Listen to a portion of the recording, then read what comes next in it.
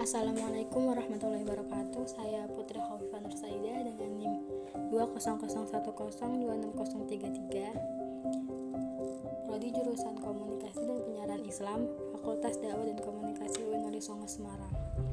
Di podcast kali ini saya ingin menyampaikan tentang meneladani tokoh Wali Songo, yaitu Ja'far Shadiq.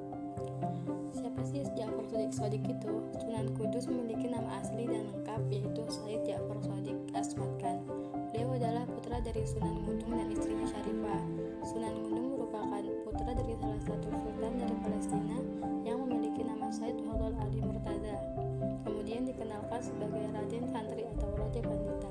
Sunan Gunung pergi berhijrah sampai ke Pulau Jawa dan selanjutnya diangkat menjadi seorang panglima perang di Kesultanan Islam Demak. Jika dilihat dari silsilahnya, Sunan Kudus bukan seorang penduduk asli Kudus.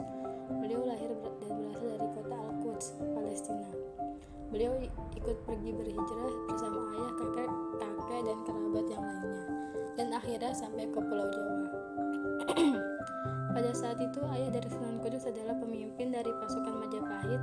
Selanjutnya, ayah dari Ja'far Shadiq menjadi seorang senopati Demak yang dijuluki Sunan Ngudung. Ketika terjadi pertempuran dengan Majapahit yang dipimpin oleh Adipati Terong atau Raden Husain, Sunan Gunung tidak bisa bertahan dan gugur. Kedudukan sebagai senopati Demak lalu diserahkan kepada anaknya. Saat menjadi seorang senopati Demak, Ja'far Shadiq tetap melanjutkan kegiatan dakwah di daerah Kudus dan daerah sekitarnya.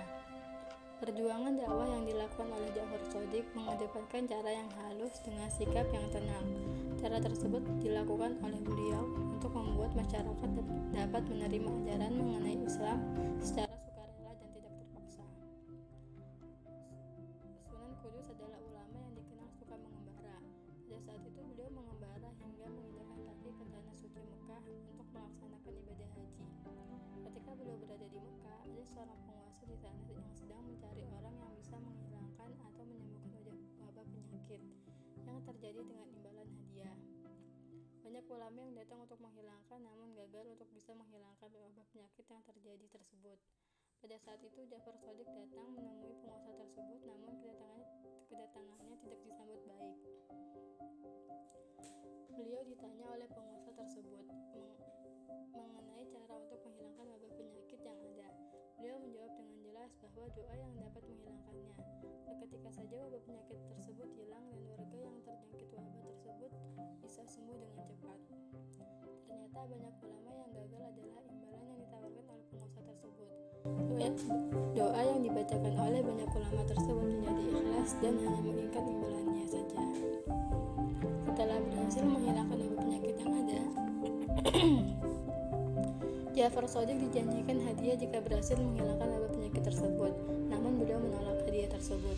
Beliau hanya meminta batu yang berasal dari Baitul Maqdis. Sunan Kudus mendapatkan batu tersebut dan membawanya pulang. Batu tersebut diletakkan di Masjid Kudus, tepatnya di area imam di masjid.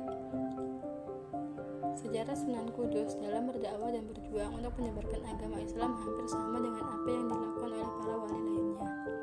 Cara yang digunakan adalah lebih mengutamakan kebijaksanaan dalam melakukan siasat dan taktik. Cara tersebut merupakan cara yang paling pas dan dapat mengajak masyarakat sekitar untuk mengikuti ajaran Islam. Dalam melakukan strategi dakwahnya, Sunan Kudus menerapkan strategi berserupa dengan Sunan Bonang dan Sunan Kalijaga. Beliau membiarkan terlebih dahulu kepercayaan yang telah ada dan adat istiadat yang sulit untuk diubah.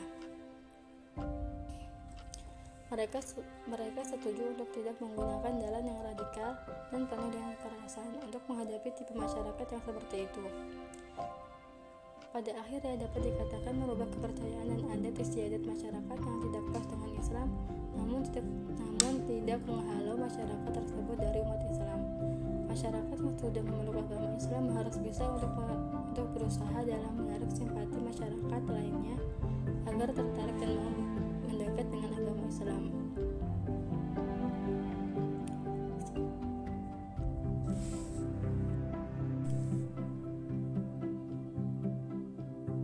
Kemudian adalah metode dakwah Sunan Kudus.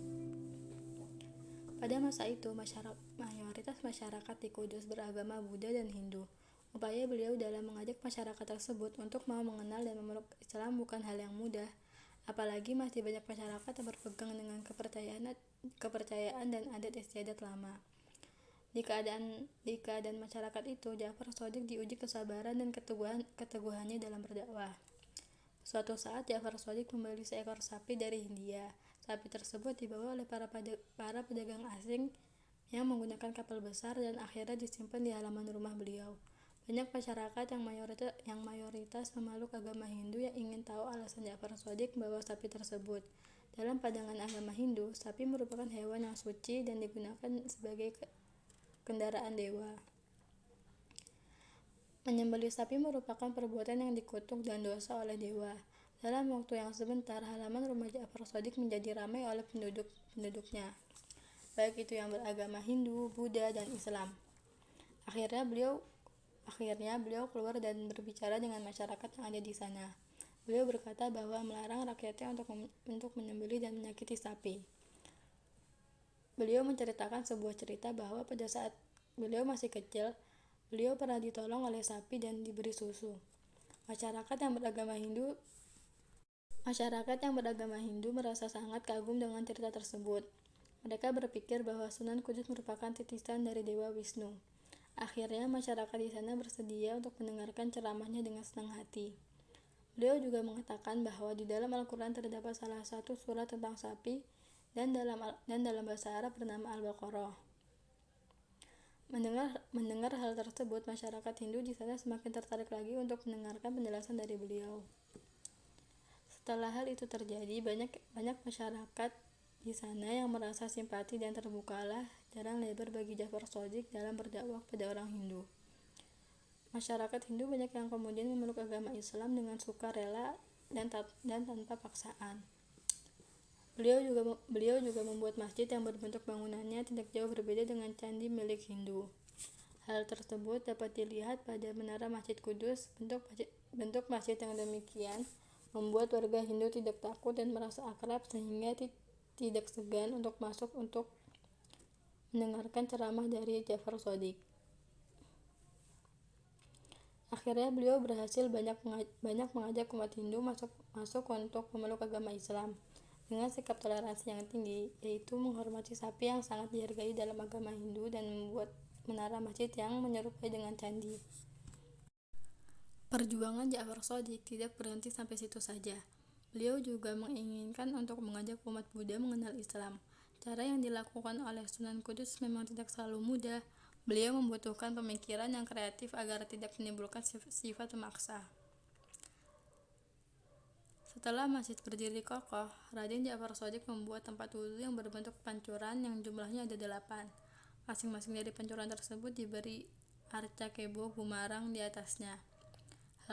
Hal tersebut menyesuaikan dengan ajaran Buddha, yaitu Sanghika Marga atau jalan berlipat 8. Usaha membuat tempat wudhu tersebut membuahkan hasil yang baik.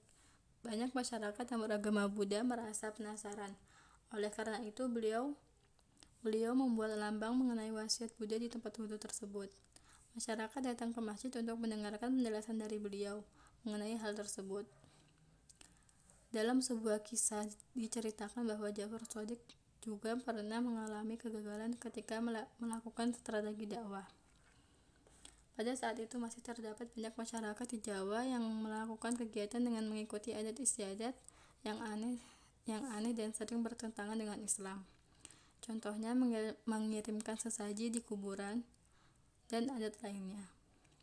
Sebagai seorang yang melakukan dakwah, beliau sangat memperhatikan dengan baik tentang upacara ritual dan berusaha untuk mencoba mengarahkan dan merubah kebiasaan tersebut menjadi bentuk yang lebih Islami. Hal seperti ini juga dilakukan oleh Sunan Muria dan Sunan Kalijaga. Misalnya ketika ada seorang istri yang sedang hamil 3 bulan, maka dilakukan acara selamatan yang diberi nama mitoni. Dalam acara selamatan ini, pasangan dan orang yang hadir akan memohon kepada dewa untuk membuat anak yang dikandungnya menjadi tampan seperti Arjuna atau cantik seperti Dewi Rati.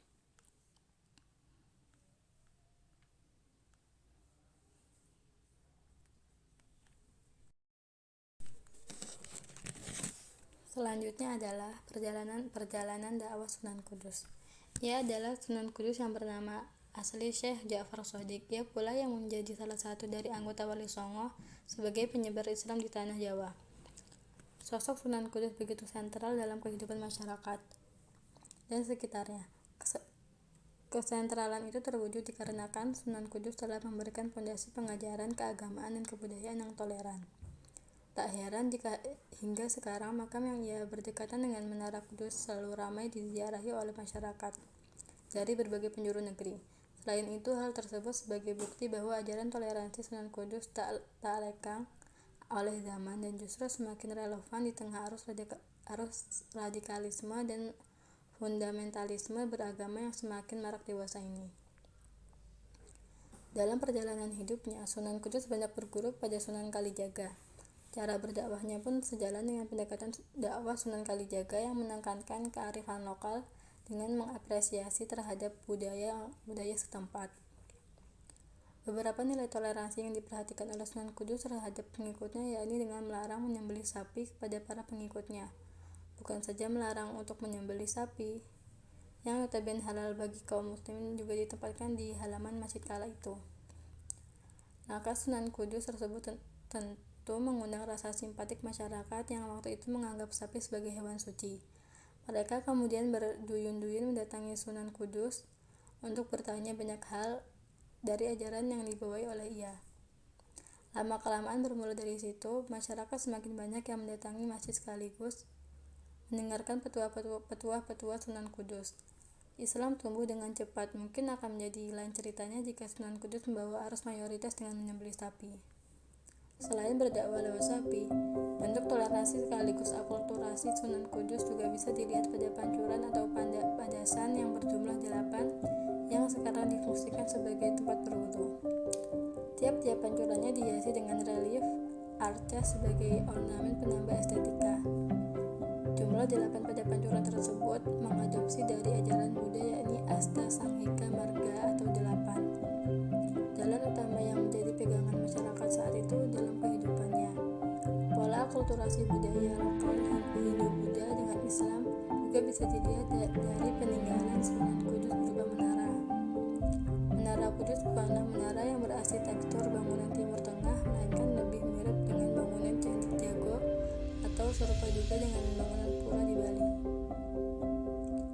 Menara tersebut difungsikan oleh Sunan Kudus sebagai tempat azan dan tempat untuk memukul beduk setiap kali datangnya bulan Ramadan. Kini menara yang konon merupakan menara masjid tertua di wilayah Jawa tersebut dijadikan sebagai landmark Kabupaten Kudus. Strategi akulturasi dakwah Sunan Kudus adalah suatu hal yang melampaui zaman karena dakwah dengan mengusung nilai-nilai akulturasi saat itu belumlah ramai dipraktikkan oleh penyebar Islam di Indonesia pada umumnya. Kini toleransi beragama berada di titik nadir. Ironisnya, toleransi beragama tak cuma menjadi barang mahal, tapi sudah terlalu langka. Dengan jalan menghidupkan kembali esensi serta spirit dakwah Sunan Kudus, kiranya masyarakat muslim bisa mengembalikan lagi wajah Islam yang ramah dan toleran setelah sebelumnya dihinggapi oleh stigma negatif ajaran toleransi ala Sunan Kudus. Sunan Kudus menerapkan metode dakwah bilhal atau perbuatan nyata dalam menyebarkan agama Islam di wilayah Jawa Tengah. Pada waktu itu masyarakat menganut agama Hindu-Buddha. Secara keseluruhan, Sunan Kudus menggunakan 4 pendekatan dalam menyebarkan agama Islam. Yang pertama, Sunan Kudus melakukan pendekatan secara perlahan, yakni membiarkan adat istiadat yang ada di sekitar masyarakat dan mulai mengubahnya sedikit demi sedikit. Dia juga mengedepankan jalan damai dan menghindari perpecahan selama berdakwah. Yang kedua, Sunan Kudus menghormati masyarakat Hindu untuk menarik perhatian mereka, salah satunya dengan memberikan larangan untuk tidak menyembelih sapi. Pada waktu itu, sapi merupakan hewan yang disucikan oleh masyarakat setempat. Larangan ini berawal dari cerita saat Sunan Kudus mendatangkan sapi dari India. Datangnya sapi itu membuat warga penasaran dan berbondong-bondong mendatangi Sunan Kudus. Mereka mengira sapi itu akan disembelih di hadapan mereka. Namun ternyata itu merupakan salah satu strategi menarik masyarakat untuk memeluk begitulah tadi beberapa biografi singkat tentang